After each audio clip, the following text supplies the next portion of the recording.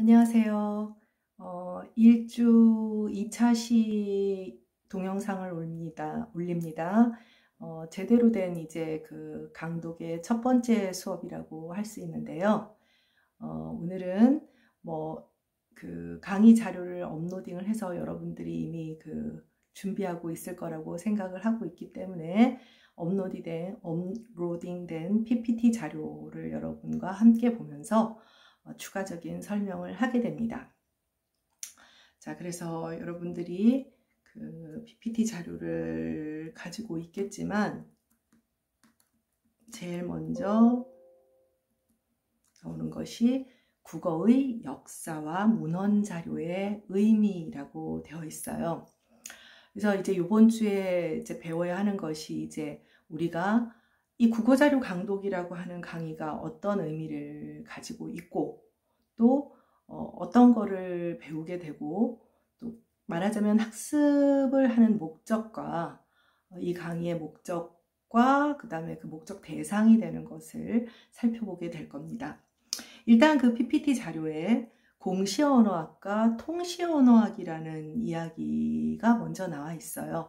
여러분들이 이제 언어학이라고 하는 학문, linguistics라는 학문은 뭐 기본적으로 알고 있겠지만 인간의 그 언어에 대한 언어의 구조, 뭐 여러 가지 특성, 뭐 그런 것들을 연구하는 뭐 학문이라고 간단하게 말을 할 수가 있겠죠.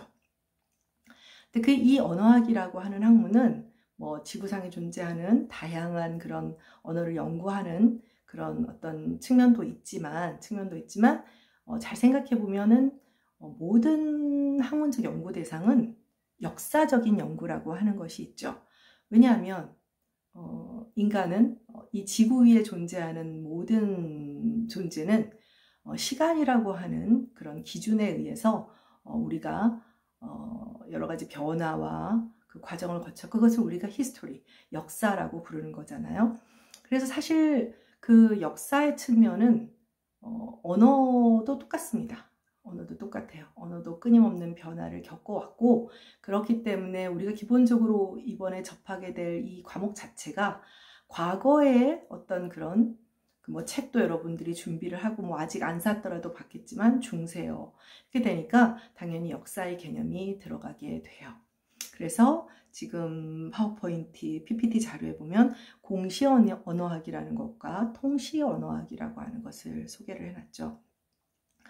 일단은 공시언어학은 synchronic linguistics라고 합니다. 여러분들 linguistics라는 말은 링구아의 학문이라는 뜻이에요. 링구아가 뭐냐면 혀라는 뜻이거든요. 텅이죠. 여러분들 텅이라는 단어를 찾아보면 여러분 다 혀라고 생각하지만 언어라는 뜻도 있어요. 그러니까 링구아의 학문, 혀의 학문. 지금 여러분들이나 나나 혀가 없으면 말을 할 수 없죠. 인간의 이제 발음을 하게 되는 것, 좀 더 전문적인 용어는 조음이라고 하는데 발음하는데 가장 능동적인 역할을 하는 것이 혀죠. 혀의 학문.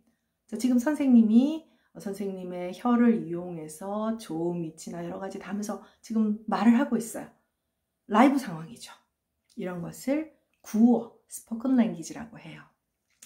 말하자면 뭐 정확한 개념이라고 할 수는 없지만 그런 지금 현재 쓰여지고 있는 말, 선생님이 영상에서 하고 있는 말, 여러분들이 친구들과 대화를 하거나 혹은 전화를 하거나 TV에서 들려오는 여러 가지 대화나 뭐 대사나 뭐 멘트나 이런 것들이 실제 우리가 살아있는 구어죠. 스포큰 랭귀지예요. 그것을 연구 대상으로 하는 학문을 공시언어학이라고 합니다. 그러면 컨템포러리한 현대에 사용되고 있는 언어를 말을 하나 보다 뭐 이렇게 생각할 수도 있는데 사실 정확한 개념은 아니에요. 공시언어학은 여기 지금 PPT에 소개되어 있는 정의를 말을 한다면 언어의 시간이 멈춘 상태를 공시태라 하고 이를 연구하는 분야다. 공시태는 이론적인 허구물로 공시적인 연구를 위한 이론적 개념이에요. 그러니까 공시언어학은 글쎄요, 우리 자연과학에서 말하는 어떤 그런 자연과학에서 우리가 실험하는 상황을 한 예로 들어보면 지구상에 선생님이 알고 있기로는 공기가 없는 진공 상태의 상황은 없다고 들었어요. 근데 여러분들 혹시 중고등학교 때 과학 시간에 진공의 상태를 만들고 실험을 하는 경우들이 있죠. 그러니까 실험적 환경을 만드는 것이죠. 공시태라고 하는 것이 언어의 실험적 상태라고 하면 돼요. 그러니까 진공 상태가 없는데 진공의 상황을 뭐랄까요? 가정해 놓고 결과를 도출하듯이. 뭐 예를 들면 우리가 우주의 빅뱅을 누가 봤어요? 우주가 언제 터졌는지 우주가 생겨나 본 적이 없죠. 인간이 추론을 하고 분석을 하는 것들이 모든 것을 다 알고 있기 때문에 그러한 결과를 낼 수는 없는 것이잖아요. 그래서 언어도 마찬가지입니다. 지구상에 존재하는 10,000개 이상, 정확하게 몇 개인지도 모르는데요. 10,000개 이상의 모든 언어를 우리가 알고 또 여러분들 한국어, 모국어로 되게 잘 사용하고 있죠. 근데 가끔 예를 들면 우리말 겨루기 이런 거 보면 모르는 단어 너무 많죠? 선생님도 엄청 많아요. 자, 그렇다면 결과적으로 공시태라고 하는 것은 무엇이냐면 일종의 실험적 상황으로 시간 개념을 빼는 거예요. 왜 시간 개념을 빼냐? 끊임없이 변화한다라고 하면 어떤 연구를 할 수가 없어요. 어떤 연구를. 현대의 예를 들면 국어의 의문체계다. 2020년에 국어의 의문체계다. 그걸 근거로 해서 표준 발음법을 만들고 표준어를 만들고 그런 작업을 할 수가 없거든요. 그래서 이론적인 상태를 만들어 놓고 연구를 하는 것을 공시 언어학이라고 합니다. 이것은 약간 어떤 미묘한 변화, 아주 베리에이션, 작은 베리에이션은 좀 무시하고 언어의 기본적인 그런 구조나 체계를 확인하는 그런 방법론이라고 생각할 수가 있어요. 근데 실제는 어떻죠? 지금 방금 선생님이 지금 녹화하는 영상이 6분 59초를 지나가고 있는데 굉장히 짧은 시간이지만 이미 조금 전 벌써 7분 6초네요. 과거가 됐어요. 현재가 있나요? 없죠. 과거도 있고 미래도 있지만 사실 현재는 없잖아요. 마치 그 현재가 일종의 공시태 같은 거예요. 사실 알고 보면 우리는 끊임없이 흐르는 시간 위에 있죠. 크로놀로지라는 말 알아요? 연대기죠. 이게 어떤 시간의 흐름을, 그래서 지금 그 통시언어학에 다이아크로닉, 신크로닉 이런 말에 크론이 들어있죠. 그러니까 시간이에요. 싱크로닉은 여러분 싱크로나이즈드란 말 알고 있잖아요. 싱크로나이즈드 수영. 동시에 움직인다라는 그런 의미인 반면 다이아라고 하는 것은 꿰뚫는 거예요. 어떤 연대, 시간을 꿰뚫는. 끊임없는 흐름 속에 실제로 우리가 살고 있는 시간의 축 속에서 언어를 바라보는 거죠. 그렇다면 이건 어떻게 될까요? 기본적으로 언어는 변화한다는 대전제를 갖게 되죠. 자, 그래서 통시언어학은 언어를 결과적으로 좀 쉽게 말하면 역사적으로 연구하는 분야고 시간 변화의 관점에서 언어를 다루는 입장이에요. 사실 이렇게 간단히 말할 수 있는 것은 사실 아니랍니다. 아니에요. 여러분 지금 팬데믹이라는 말이 나오고 있잖아요. 팬크로닉이라는 말도 있어요. 팬크로닉. 팬크로닉은 범시태 이렇게 말하는데 사실 이거는 좀 더 복잡한 개념이기도 하죠. 그러니까 결국 공시와 통시를 합하는 그런 개념도 있을 수 있어요. 이렇게 이거는 사실 이제 2학년 1학기 개론 수업이니까 여러분 입장에서는 역사를 연구하는 것이 통시 언어학인가 보다. 공시 언어학에 대한 공부는 국어 의문론 시간에 하게 됩니다. 그건 3학년 과목에 들어가 있어요. 자, 그래서 일단 우리는 뭔가 통시 언어과 관련되는 그런 과목을 접하게 되는 것입니다. 이제 그것은 이해를 할 수가 있을까요? 네, 그래서 영어 용어나 이런 것들 좀 낯설기는 하지만 여러분들이 이해할 수 있지 않을까 싶어요. 네, 그러면 다음 PPT로 넘어가도록 하겠습니다. 통시 언어학의 연구 방법이라고 되어 있어요. 통시 언어학의 연구 방법은 기본적으로 언어의 역사를 연구하는 이제 4가지 기본 연구 방법을 이제 제시를 하고 있어요. 여러분들이 얼마 전에 혹시 조금 관심을 가졌다면 알는지 모르겠지만 그 국어학의 태도라고 할 수 있는 이기문 선생님께서 2월 말경에 이제 돌아가셨어요. 1930년생이신데 사실 여러분들이 중고등학교 때 국어의 발자취 뭐 이런 것도 배우잖아요. 그 책은 다들 이렇게 선생님도 교과서 집필을 참여해보고 그러면 국어사 관련되는 것은 기본적으로 이기문 선생님의 책에 근거해서 작성을 하라라고 할 만큼 이제 대단하셨던 분인데 이제 뭐랄까 국어학의 어떤 틀을 국어사의 틀을 만드셨던 분입니다. 얼마 전까지 선생님이 이제 여러분들이 좀 너무 어려워해서 좀 쉽게 선생님이 이제 국어의 역사라는 책을 출간을 해서 작년부터는 선생님 책을 이제 3학년 이렇게 쓰고 있지만 거의 20년 가까이 그리고 대부분의 대학에서 그리고 또 고등학교 교재 집필에서 이기문 쌤의 국어사 개설이 이제 늘 사용됐었죠. 그래서 이 책이에요. 책인데 뭐 여러분들이 이걸 살 필요도 없고 그냥 보여주려고 너무 어려운 책이고 한자가 많다고 학생들이 국어사 강독이라고 불렀었어요. 굉장히 많이 고생한 책, 학생들이 여러분 선배들이 많이 고생한 책이지만 아이고 이 책이 참 포커싱이 잘 안 맞네요. 상관없으니까 네. 그래서 지금은 이제 교재로 사용하지는 않지만 좋은 책입니다. 그래서 이제 여기서 그 이기문 쌤이 언어의 역사를 연구하는 4가지 기본 방법을 제시하셨는데 첫 번째가 문헌 연구, 두 번째가 비교 방법, 세 번째가 내적 재고, 그 다음에 네 번째가 방언 연구예요.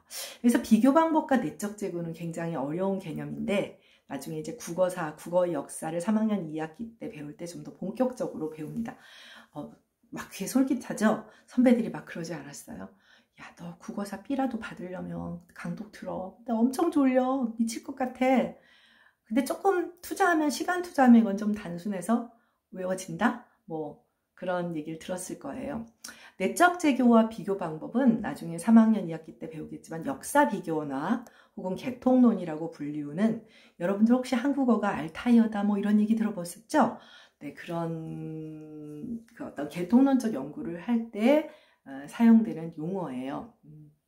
그래서 비교 방법은 뭐 예를 들면 우리와 같은 계통의 언어라고 생각되는 뭐 한국어와 터키어, 혹은 한국어와 몽고어를 뭐 비교하는 뭐 이런 이야기고, 내적 재고는 뭐 한국어 내에서 한국어의 역사적 문헌이나 뭐 이런 뭐 여러 가지 그런 그 한국어 내부에서 비교를 통해서 과거의 형태를 만들어내는 것을 재구성하는 전문 용어로는 재구라고 합니다. 뭐 그런 거를 하는 그런 방법론이에요. 지금 이제 현재의 우리 과목에서는 국어자료 강독에서는 뭐 이런 논의를 할 필요는 전혀 없고요. 방언 연구는 이제 굉장히 우리가 흔히 생각하기에는 방언의 이제 뭐 일반적인 용어로 이제 사투리라고 하지요. 사투리라고 하는데 언뜻 생각하기에는 방언은 고쳐야 하고 표준어로 바꾸어야 하고 이렇게 뭐 국어국문학 학생들은 그렇게 생각하지 않고 또 중고등학교 국어 교과서에서 그런 설명을 하니까 그렇지는 좀 않겠지만 일단은 방언은 국어사의 보물 창고라고 불립니다. 모든 방언이 동시대를 살고 있는 것은 아니에요. 같은 시대가 아니에요. 자, 한 예를 들어보면 경상도 방언에는 성조가 있죠. 중부 방언에는 성조가 없어요. 그런데 15세기에 세종이 살 때는 성조가 있었어요. 기억하겠지만 성조를 표기하기 위한 수단이 방점이었죠. 네, 성조가 있었어요. 그러면 지금 경상도 방언은 성조가 있고 우리는 중부 방언은 없고 표준어는 없고 15세기에는 있었고, 그러면 경상도 방언은 지금 서울말을 쓰는 여러분이나 나와는 달리 과거의 모습을 가지고 있는 거예요. 만약에 경상도 방언이 없었다면 우리는 방언의 모습을, 세종이 훈민정음의 방점을 만들었던 이유를 아예 몰랐을 수도 있는 거예요. 그래서 방언은 국어사 연구의 보물 창고라고 불립니다. 네, 방언 얘기도 나중에 3학년 되면 또 다시 깊이 있게 좀 접하게 될 기회가 있을 겁니다. 자, 그럼 남은 얘기는 뭐가 있죠? 문헌 연구죠. 예, 여러분들 한번 생각해 보세요. 세상의 모든 역사적 연구는 문헌을 기반으로 할 수밖에 없어요. 문헌을 기반으로 할 수밖에 없습니다. 그래서 역사 연구의 모든 기초는 문헌 연구예요. 그런데 유감스럽게도 한국은 외세 침략이 거의 2년에 한 번씩 그 외세의 침략을 받았대요. 이 자자를 여러분들이 알고 있는 삼국시대부터 이 거창한 그런 어떤 외세의 침략, 여러분이 흔히 잘 알고 있는 임진왜란, 이런 것 정도가 아니라 소소하게 국경 지역에서 여진족이 침략하고 거란족이 침략하고 또 왜구가 침략하고 이런 걸 포함하면 거의 2년에 한 번씩 늘 크고 작은 전쟁을 겪었고, 여러분도 알다시피 전쟁이라고 하는 거는 뭐냐면요, 일단 쳐들어오면 약탈, 그 다음에 방화, 여자들끼리 하고 싶은 얘기는 아니지만 강간, 이게 전쟁이에요. 그래서 우리는 문헌이 굉장히 남아있는 게 없어요. 이건 조금 빗나가는 얘기지만 간혹 여러분들 요즘은 이제 여행도 못 가고 그러지만 유럽이나 이런 데 가면 얘네들은 이렇게 이런 오랫동안 이런 것들을 이런 건물들을 지키고 있네, 역사를 지키네. 한국에는 왜 그런 게 없지? 우리나라의 역사 동안 5천년의 역사 동안 끊임없이 외세의 침략을 받아서 나만 할 게 없었던 데다가 얼마 전에 불과 100년도 안 된, 한 세기도 안 된 한국 전쟁에서 초토화된 나라죠. 초토화된. 그러니 남아있을 게 뭐가 있습니까? 남아있는, 그래서 여러분들이 생각하는 것과는 달리 한국은 그러니 문헌을 뭘 기대를 하겠어요. 네. 불타면 뭐가 제일 잘 타죠? 네, 문헌이죠. 네, 문헌이고, 또 여러분도 알다시피 직지라든지 또 국어사 나중에 3학년에 보면 굉장히 중요한 많은 문헌들이 주변 국가에 약탈되어 가 있습니다. 대형 박물관이나 루브르 박물관에서 아니 이집트의 유물이 왜 여기 와 있지? 페르시아의 유물이 왜 여기 와 있지? 이렇게 안타까워할 문제가 아니라 우리는 더 슬픈 역사를 가지고 있어요. 네, 어쨌든 그런 측면에서 문헌 연구가 역사적 연구의 가장 기본이 되어야 하는데 한국은 문헌이 많지 않다. 그렇다면 이거 무슨 얘기죠? 역사적 연구를 하는 데는 굉장히 여러 가지 어려움이 있겠구나 하는 것을 미루어 짐작할 수 있겠죠. 하물며 문헌도 많이 남아있지 않은데 여러분들 그 PPT 자료에 보면 문자의 보수성으로 인한 문헌 연구의 한계, 문자의 환영, illusion of graphy. 괜히 난 아직 옛날 사람이라 문화 사대주의가 있나 봐요. 영어로 쓰니까 좀 멋있어 보여요. 영어도 잘 못하는 사람이. 자, 문자의 보수성이라고 하는 건 뭐냐면 여러분들 나한테 메일 보내거나 또 레포트 낼 때 쓰는 방식으로 평상시에 말하나요? 조금 전에 선생님이 구어와 스포큰 랭귀지 얘기했어요. 문어라는 게 있죠. 리턴 랭귀지가 있어요. 선생님이 지금 말하는 것은 분명히 스포큰 랭귀지지만 어느 정도 격식을 갖춘 문어적인 속성을 가지고 있죠. 그러니까 무슨 얘기냐면 문자 언어는 보수적이다. 보수적이라는 말은 규범적이다라는 뜻이에요. 규범적이라는 뜻은 뭘까요? 여러분들 나한테 레포트 내거나 메일 쓸 때 맞춤법 틀렸나 맞았나 신경 쓰죠. 자, 선생님한테 뭔가 질문을 하거나 할 때 말조심을 하기는 하지만 그래도 발화실수도 할 수 있고 지금 선생님도 말하다 보면 발화실수도 하고 좀 어버버하기도 하잖아요. 근데 내가 책을 쓰거나 논문을 쓸 때는 어떨까요? 여러 번 교정하고 검토하고 틀린 거 없는지 확인하죠. 그러다 보니까 상대적으로 문자 언어, 문어는 굉장히 격식적이고 규범적이에요. 이게 보수적이라는 뜻입니다. 보수적이라는 거는 뭐냐면 실제의 스포큰 랭귀지, 구어를 제대로 반영하지 않는다는 뜻이에요. 한 가지 예를 들어줄까요? 여러분들 어이, 아이 구별할 수 있어요? 표준 발음법에서 애와 애를 구별하게끔 아직도 규정은 하고 있습니다만은 나도 구별 못하고 귀로도 구별 못하고 말로도 구별할 줄 모르고 여러분들도 똑같을 거예요. 그런데 표기는 어떻죠? 여전히 구별하고 있죠. 표기가 문자 언어잖아요. 자, 무슨 얘기예요? 500년 뒤에 국어학 공부를 좀 제대로 국어국문학과가 제대로 유지가 안 되고 그래서 500년 뒤에 우리 후손이 뭐 국어학이니 국어국문학이 전혀 몰라. 그래서 책을 봤더니 가이, 강아지와 거이, 개가 구별이 돼 있어요. 자, 그럼 옛날에는 문자만을 보고 문자 표기만을 보고 옛날에는 두 개의 발음이 구별되었구나. 이렇게 생각할 수 있겠죠. 그럼 우리가 과거로 가볼까요? 세종이 훈민정음을 만들던 당시에 그 표기가 정말 세종 당시의 스포큰 랭귀지, 구어를 정말 제대로 반영했을까요? 그럴까요? 우리가 타임머신이 없으니까 과거로 가볼 수는 없지만 현재의 상황을 놓고 본다면 아닐 가능성이 많겠죠.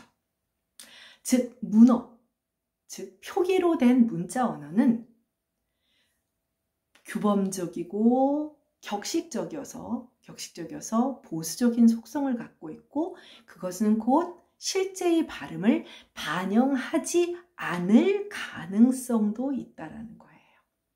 그래서 우리는 지금 예를 들면 지금의 책을 놓고 보면 당연히 알죠. 왜? 나의 현재의 발음과 거의, 가이, 어이아이, 가이, 강아지와 거의, 개를 구별하지 못한다는 거는 실제 내 발음이 안 되니까 그 표기를 보고 알 수 있어요. 그쵸? 그렇지만 우리가 15세기 문헌을 볼 때 알 수가 없잖아요. 그러니까 어떻게 해야 돼요? 문어로 쓰여진 그 당시의 표기를 끊임없이 의심해야 돼요. 정말 발음을 나타내는 걸까? 이 문자는 현재 우리가 사용하는 발음과 동일할까? 즉, 그래서 일루전은 환영이에요. 잘못된 모습이잖아요. 문자가 감추고 있는, 그러니까 문자의 겉모습, 그 모습에 속지 말아라 라고 하는 것이죠. 대개의 경우는 문자가 그렇게 말한다면 선생님 무슨 말이에요? 그럼 훈민정음 그지 같은 문자라는 뜻이에요? 그렇지 않고요. 단지 아까도 말했지만 시간의 흐름에 따라서 끊임없이 변화하기 때문에 변화의 과정에 문자는 보수적이고 격식적이고 규범적이져서 변화에 느려요. 그러니까 그 표기가 완벽하게 그 당시의 발음을 안 나타낼 수도 있지 않을까? 끊임없이 의심을 해보자는 겁니다. 그리고 이제 문자의 환영이라는 말은 아까 말했던 이기문 선생님이 좀 멋을 부리셔서 사용한 표현이에요. 네, 그래서 이제 이 통시언어학의 연구 방법 가운데 문헌 연구가 가장 중요하다는 얘기를 해봤습니다. 네, 다음 페이지로 가볼까요? 자, 국어자료 강독이란 과목이 뭔지를 봐야 되겠죠. 되게 낯선, 여러분들 그렇죠? 국어자료 강독? 이게 뭐야? 다른 학교에서는 뭐 중세국어 강독 뭐 이렇게 부르기도 합니다. 일단 자료라는 말은 PPT 자료를 보면 문헌 연구의 대상이 되는 문헌 자료를 말해요. 뭐 훈민정음 원해본이나 해례본이나 뭐 이런 것들이죠. 이제 이것을 여러분들이 이제 공부하게 되는 거예요. 자, 그 밑에 강독을 먼저 보면 강독은 사전적인 의미는 글을 읽고 그 뜻을 밝힌다는 의미가 됩니다. 근데 이게 원래 이제 현재 우리의 대학은 원래 뭐 우리나라의 전통적인 대학의 구조가 아니잖아요. 서구에서 들어온 것인데 서구의 대학은 수도원을 중심으로 하는 중세 유럽의 대학, 거기에 이제 그 뿌리를 두고 있잖아요. 그래서 중서 유럽의 대학에서 하는 그 대학 공부는 뭐냐면 기본적으로 3가지 방식이 있어요. 강독, 질문, 토론. 선생님 지금하고 다를 게 없네요. 맞습니다. 서구의 그 대학의 그 모티브가 아니죠. 근원 자체가 어떤 중세의 그런 어떤 바이블을 읽는 그런 수도원의 구조에 뿌리를 두고 있는데, 이 텍스트에 대한 주로 이제 성경이 초기에는 됐죠. 성경을 어떻게 해석하고, 왜 그러냐면 성경이 라틴어로 되어 있었거든요. 라틴어는 중세 이전에 로마 제국의 멸망과 함께 dead language, 사어가 돼요. 그러니까 문자는 남아있는데 구어가 없는 거예요. 마치 우리가 한문에 대해서 주석을 달고 해석하는 것과 비슷한 상황이 된 거죠. 그래서 물론 그 이후에는 성경 이외에 다양한 학문 분야에 대한 이제 접근이 있게 되지만 기본적으로 텍스트에 대한 주석인 강독, 그리고 이제 강독을 하면서 당연히 질문이 나오고 그 여러 가지 해석이나 이런 건 잘 됐나 잘못됐나 이런 것들에 대한 토론이 이루어집니다. 그래서 이게 그 스콜라주의가 내세운 세 가지 방식이라고 하는데, 스콜라주의가 별게 아니에요. 스칼러십, 학문이죠, 학문. 네. 그래서 이제 어떻게 보면 지금 우리의 강독도 전통적인 그런 강독의 방식, 뭐 사실 우리도 있었어요. 뭐 사서삼경 읽으면서 아까 말했죠.